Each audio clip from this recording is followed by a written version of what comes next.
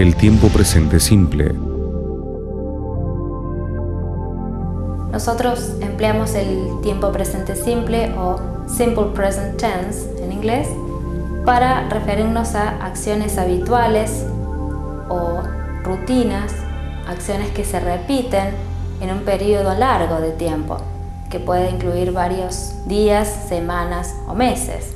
Es decir, que no lo vamos a utilizar para hablar de lo que estamos haciendo en este momento, por ejemplo.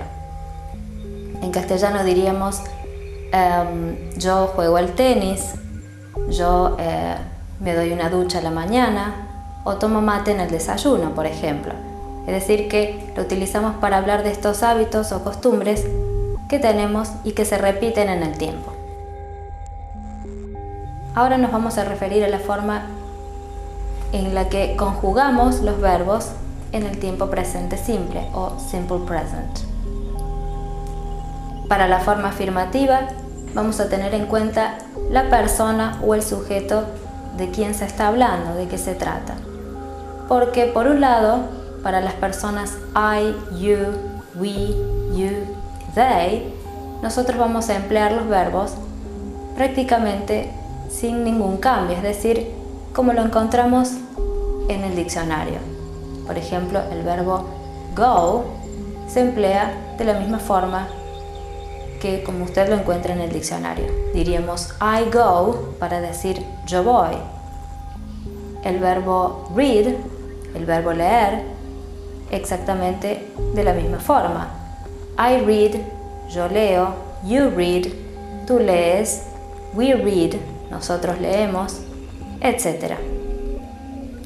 Por ejemplo, también podemos dar el verbo watch, mirar, y así sucesivamente con todos los verbos. Por el otro lado tenemos las otras personas. La tercera persona del singular, recuerda, es he, she, it, él o ella. En este caso, los verbos van a cambiar.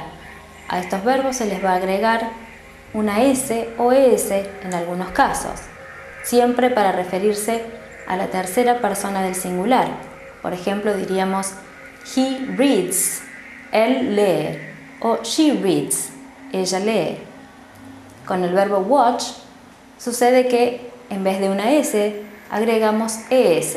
Por ejemplo, diríamos he watches, él mira, o she watches, ella mira. Algo similar ocurre con el verbo go, que también lleva ES en estos casos. He goes, él va. She goes, ella va. Entonces recuerde utilizar o agregar una S o ES a los verbos cuando nos referimos a él o ella, tercera persona del singular en forma afirmativa.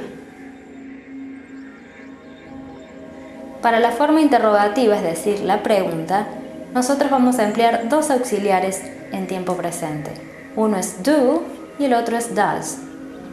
Estos auxiliares no tienen traducción, no tienen un significado especial, ya que nosotros no lo empleamos, no los empleamos en castellano. Pero simplemente tenemos que recordar que indican tiempo presente. Esa es su única función. Tenemos que saber que el auxiliar do se emplea para las siguientes personas: I, you, we, you y they. Por ejemplo, una pregunta sería: do I read? ¿Leo yo? Do you read? ¿Lees tú? Etcétera. Por otro lado, el auxiliar does se emplea para la tercera persona del singular, es decir, con las personas he, she, it. Un ejemplo sería does he read? O does she read? ¿Lee él? ¿Lee ella? En este caso tenemos que tener en cuenta que el verbo en la pregunta no va a llevar esa S o ES que explicaba anteriormente, sino que esa S o ES la va a llevar el auxiliar does. Para la forma negativa vamos a emplear estos mismos auxiliares, solo que agregándoles la palabra not, que indica negación. Entonces, por un lado tenemos el auxiliar don't y por el otro el auxiliar doesn't. Por ejemplo, I don't read, yo no leo. You don't read, tú no lees. We don't read.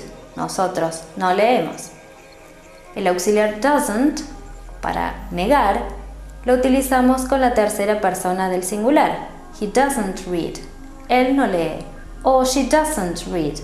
Ella no lee.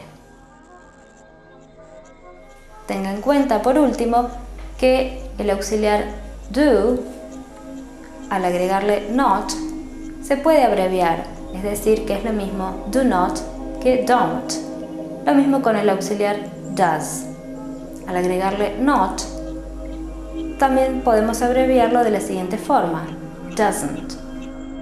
Do not es igual que don't y does not es igual que doesn't.